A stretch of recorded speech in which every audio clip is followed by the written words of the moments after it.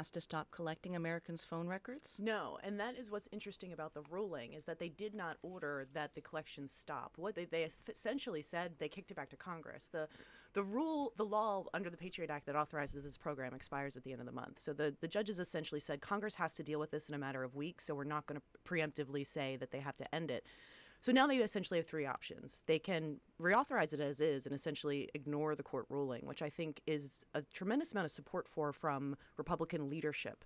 I think people like Mitch McConnell and John Boehner would like to just see at least a temporary extension of existing law to let the broader argument play out. There's a significant push to keep the program in place, but to change the way it's structured so that you would have to go to a judge to ask for a specific court record, that it would put more layers in place. Or if Congress can't agree on what to do, it could sunset and expire, which I think you're seeing already a tremendous push from people that helped put this program in place to say that would be a disaster, that would put us in danger.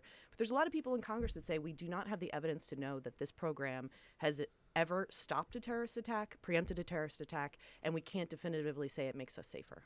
So, Mano, explain this to us a little bit more. This is going to fuel tension in Congress over the Patriot Act. Yeah, it really is, and there was already tension. I mean, there is three expiring provisions in the Patriot Act that expire on June 1st. So Congress does not have a lot of time, plus there's a Memorial Day recess at the end of the month, so there's even less time for them to figure out what to do.